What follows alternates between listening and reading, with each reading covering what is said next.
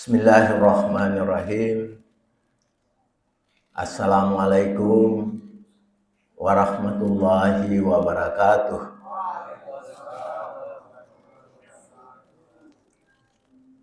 Alhamdulillahirabbil alamin. Segala puji dan syukur senantiasa kita panjatkan kehadirat Allah Subhanahu wa taala. Salam dan taslim kita kirimkan kepada junjungan Nabi besar kita Muhammad sallallahu alaihi wasallam. Alhamdulillah, pada malam hari ini kita semua tetap dalam keadaan sehat walafiat sehingga dapat bersama di Masjid Sultan Alauddin untuk menunaikan salat tarawih, salat berjamaah. Salah satu yang perlu kita syukuri bahwa ternyata pada malam ini adalah malam ganjil. Biasanya kalau malam ganjil itu banyak yang berminat untuk memberi buka puasa. Tapi perlu disadari bahwa besok juga malam ganjil bagi yang puasa mulai hari Rabu. Jadi ibu-ibu, bapak-bapak yang senang untuk memberikan buka puasa pada setiap malam ganjil, ya tiap hari mau buka ki. Karena selama bulan Ramadan ini setiap malam itu malam ganjil sesuai dengan versi masing-masing. Bapak dan Ibu sekalian, tadi kita dengar bersama pengumuman dari panitia Amalia Ramadan. Saldonya untuk sampai malam ini 1.370.000 rupiah. Sementara biaya setiap malam sebesar 2 juta. Insya Allah besok sudah minus anggaran panitia Amalia Ramadan. Bapak dan Ibu sekalian, saya awali ceramah saya ini dengan mengomentari terhadap kondisi yang ada pada panitia Amalia Ramadan. Panitia kali ini memang kita mulai melakukan regenerasi. Jadi 90% panitianya itu dari anak muda. Hanya beberapa orang tua yang ikut bersamai panitia Amalia Ramadan. Mungkin salah satu penyebabnya sehingga kas panitia Amalia Ramadan itu selalu terancam untuk kekurangan karena kurang kreatifnya dari panitia. Jadi saya menyarankan agar panitia bukan hanya menunggu melalui kotak amal, tapi sebaiknya panitia aktif menghubungi jamaah kita yang kemungkinannya bisa memberikan sumbangan untuk membiayai operasional kegiatan selama Ahmadiyah Ramadan. Yang kedua, penyebabnya juga karena memang programnya panitia ini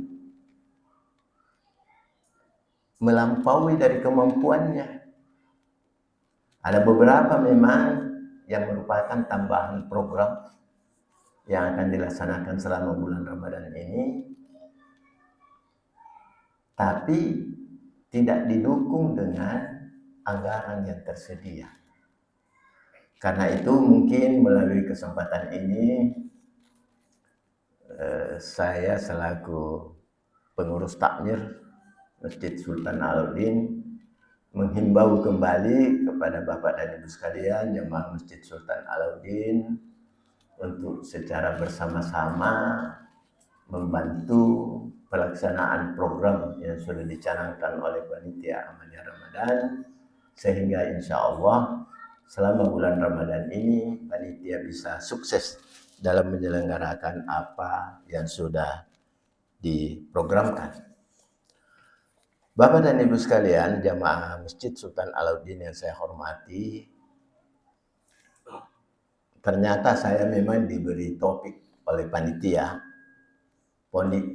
topik dakwah atau ceramah pada malam ini, yaitu etos kerja dan produktivitas di bulan Ramadan. Tadinya saya terpikir, topik seperti ini apa cocok kita ceramahkan pada saat bulan Ramadan. Sementara jamaah kita yang melakukan ibadah puasa itu diputi oleh satu kondisi di mana kita semua merasakan dari berpuasa itu kita merasakan lapar, kita mensalarakan haus, boleh jadi kita ngantuk, boleh jadi kita tidak konsentrasi, dan macam-macam lagi yang menyertai kehadiran kita. Nah, kalau kita terbawa dengan kondisi seperti itu, ya pastilah kemungkinannya produktivitas kita akan menurun dan etos kerja kita juga akan berkurang. Bapak dan Ibu sekalian, kadang memang kita mengalami suatu kondisi dalam keseharian kita dalam bekerja, baik di kantor ataupun di tempat mana saja. Kalau kita serius dalam melakukan suatu pekerjaan, biasanya memang dilupa makan. Apalagi tidak terasa lapar. Nah, karena itu mungkin kondisi seperti ini harus kita angkat kembali dalam suasana di mana kita sedang berpuasa, agar kembali produktivitas dan etos kerja kita akan meningkat. Ya, tapi kalau di pasca umi kayaknya agak susah. Karena kalau kita menguji, tidak bisa dilupa makan. Karena banyak sekali yang disiapkan makanan. Tapi pernah suatu ketika saya juga merasakan menguji di program S1. Saking seriusnya menguji, saya juga lupa makan. Tapi ternyata makanannya memang tidak disiapkan oleh panitia.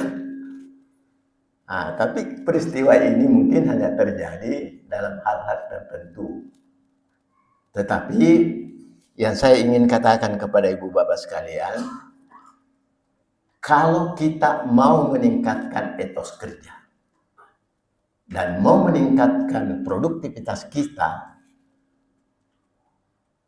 dalam bulan Ramadan sementara kita berpuasa, maka kondisi yang saya sebutkan tadi itu harus dilawan, harus dihadapi. Dan jangan pernah mewarnai perasaan dan pikiran kita di dalam bekerja. Ya, karena itu Bapak dan Ibu sekalian, untuk bisa melupakan kondisi-kondisi yang real dialami pada saat kita berpuasa itu, maka kita harus membalik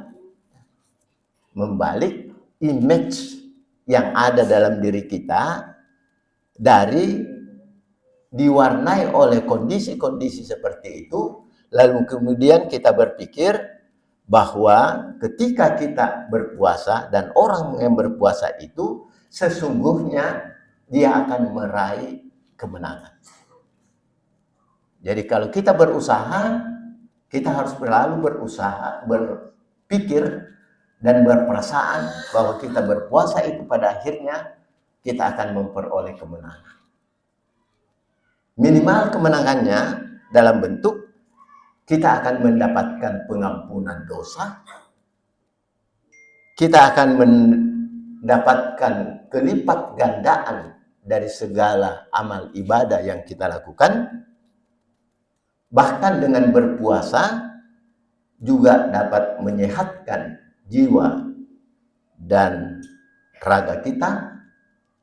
Bahkan orang yang berpuasa itu bisa langsung masuk surga. Karena ternyata ada hadis Rasulullah yang menyatakan bahwa di surga nanti itu memang disiapkan satu pintu. Namanya pintu Ar-Rayyan. Di mana pintu itu sesungguhnya dipersiapkan bagi setiap orang yang melakukan ibadah puasa. Jadi Bapak sekalian, kalau hal-hal seperti ini yang mewarnai pemikiran kita, maka insya Allah puasa yang kita lakukan itu tidak menghambat peningkatan produktivitas dan etos kerja kita. Bapak dan hadirin yang saya muliakan, saya kembali yang pertama, bahwa kemenangan yang pertama itu kita mendapatkan pengampunan dan menggugurkan semua dosa dan kesalahan yang kita lakukan. Karena tidak ada di antara manusia itu dalam setahun lamanya kita tidak punya dosa. Tapi yakin dan percaya dengan kehadiran Ramadan ini sesungguhnya berapapun dan betapa besar pun dosa yang kita lakukan itu, Allah senantiasa akan menggugurkan dan memberi pengampunan. Saya teringat salah satu pandangan yang dikemukakan oleh UAS, Ustaz Ari Hidayat, yang membahas tentang Syahrul Ramadan, bulan puasa. Kata Ramadan katanya menurut Pak Adi Hidayat yang ditambah dengan huruf alif dan nun di ujungnya itu menunjukkan bahwa Ramadan berarti panas terik membakar. Jadi panas terik membakar. Sampai-sampai biar debunya juga tidak kelihatan. Dan inilah yang diibaratkan bahwa orang yang melakukan puasa pada bulan Ramadan itu memang senantiasa diampuni segala dosanya dan digugurkan segala dosa dan kesalahannya. Seperti halnya ketika terjadi sesuatu panas yang membakar semua dosa-dosa dan kesalahan kita. Kenapa demikian? Karena memang ibadah puasa yang dilakukan itu adalah memang untuk Allah dan yang memberikan balasan itu juga Allah. Asyamu li wa ana ajasi bi. Jadi puasa itu untuk Allah, dan yang akan memberikan balasan itu adalah Allah Subhanahu wa Ta'ala. Jadi Bapak-Bapak sekalian, bagi kita yang memang melaksanakan tuntunan puasa sesuai dengan ajaran yang ada, insya Allah pada akhirnya nanti kita akan mendapat kebebasan dari segala kesalahan dan dosa yang ada. Yang kedua, Bapak dan Ibu sekalian, puasa juga dapat melipat gandakan pahala atau amal ibadah kita. Ya, kita sudah sering ketahui, sering mendengar bahwa ternyata ada satu malam di bulan Ramadan ini, itu akan ketika kita melakukan ibadah, maka nilai ibadah pahalanya akan lebih baik dari 1000 bulan. Begitu besar kelipat gandaan pahala yang dijanjikan yang dapat diterima dan diperoleh bagi setiap orang yang beribadah dalam bulan Ramadan ini. Demikian juga dengan kesehatan. Ya, kemarin saya baru baca video dan saya langsung praktekkan. Cuma tidak sepenuhnya belum sanggup untuk mempraktekkan. Ternyata menurut pengalaman dan penjelasan ilmiah yang dikemukakan oleh orang yang merasakan itu sangat efektif. Lapar itu sangat efektif untuk melakukan pengobatan terhadap berbagai macam penyakit yang ada pada diri manusia. Jadi pengalamannya orang itu sudah macam-macam penyakit. Hampir semua penyakit ada pada dirinya. Dan setiap hari dia memang minum obat puluhan macam. Setiap dia perpergian juga dibawa memang satu tas untuk hanya obatnya saja. Ternyata setelah berusaha sedemikian rupa dengan pindah-pindah dokter dan memperoleh obat sebanyak itu, akhirnya suatu saat dia hampir putus asa. Lalu kemudian dia pasrahkan dirinya. Tapi dia berusaha dengan keputusasaannya itu, dia kembali menghayati dan memahami makna puasa. Ternyata puasa itu sumutasihu. Puasa itu bisa menyehatkan. Karena puasa bisa menyehatkan, dia berusaha untuk menahan lapar. Dan menurut kajian ilmiah yang lain, itu ternyata memang ada zat-zat tertentu pada saat kita lapar itu dimangsa oleh zat yang lain. Sehingga dengan begitu zat-zat negatif itu bisa habis dalam tubuh kita. Dari situlah kemudian dia berkesimpulan bahwa ternyata orang yang lapar itu bisa menyembuhkan segala macam penyakitnya. Karena itu dia praktekkan setiap hari memang dia makan dan waktu makannya dia atur. Pertama waktu makannya dia hanya makan antara maghrib dan isya. Selebihnya itu kalau dia tidak puasa hanya minum air putih. Dan dengan begitu dilakukan beberapa bulan, akhirnya semua penyakitnya sembuh dan kembali sehat seperti biasa. Dan ini pengalaman yang sangat berharga yang dilakukan, bahwa ternyata puasa itu memang dapat menyehatkan jiwa dan raga kita. Yang keempat, ya siapa sih yang tidak berkeinginan dan atau bertujuan untuk masuk surga?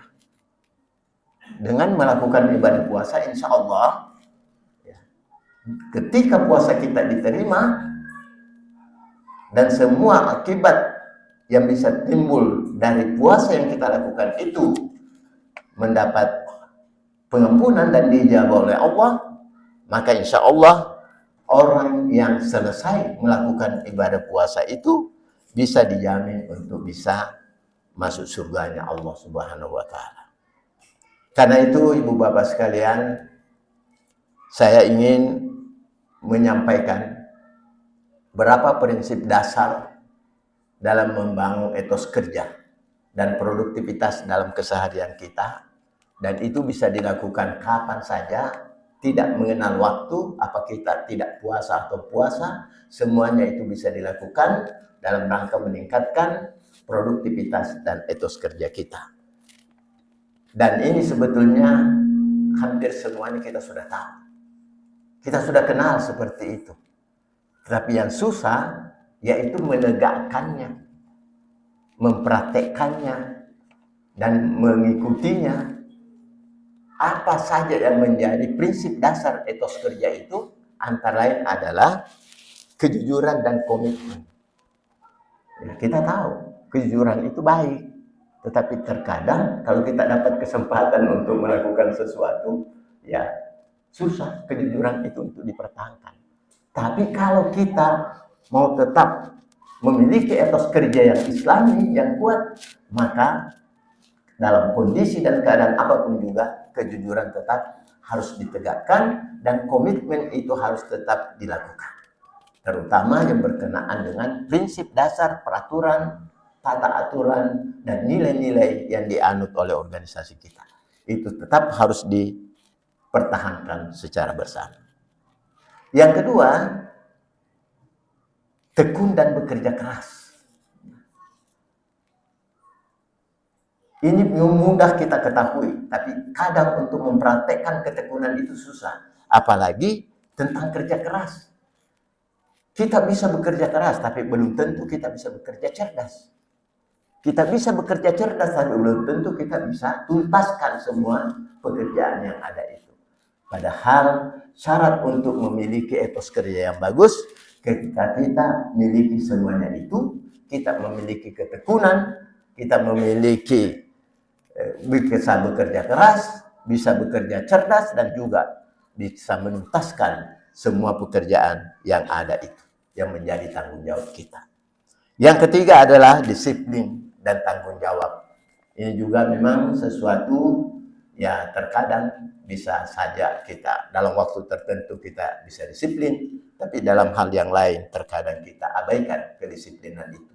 Bahwa untuk membangun suatu etos kerja yang baik, memang kedisiplinan itu harus senantiasa ditegakkan, dan tanggung jawab terhadap semua amanah yang ada itu harus dilakukan dengan baik. Dan yang keempat adalah bagaimana kita membangun kerjasama dan kepedulian sosial. Atau bahasa istilah Pak Pembina itu adalah kesalehan sosial, yang memang senantiasa harus dikembangkan dalam diri kita, karena itulah yang harus membuat kita bahwa bekerja itu sesungguhnya bukan semata untuk mencari duit, tapi kita juga harus berkontribusi untuk dapat meningkatkan kesejahteraan secara bersama, baik dalam satu organisasi maupun pada masyarakat pada umumnya. Dan yang terakhir adalah bagaimana kita bisa menciptakan dalam bekerja itu, kita harus berusaha untuk menciptakan capaian kepentingan baik di dunia dan di akhirat. Bahkan biasa saya klasifikasi begini. Kalau kita semakin berumur, kita semakin tua, maka sesungguhnya harusnya dunia akhirat itu lebih dominan lagi daripada dunia ini. Kalau kita masih muda-muda, silahkan dunianya lebih dominan, tapi pada saatnya kita sudah berusia agak lanjut, maka akhiratnya mestinya harus lebih dari dunianya. Karena tidak semua apa yang kita raih, yang kita capai dalam bekerja di dunia ini, semuanya bisa dinikmati di akhirat.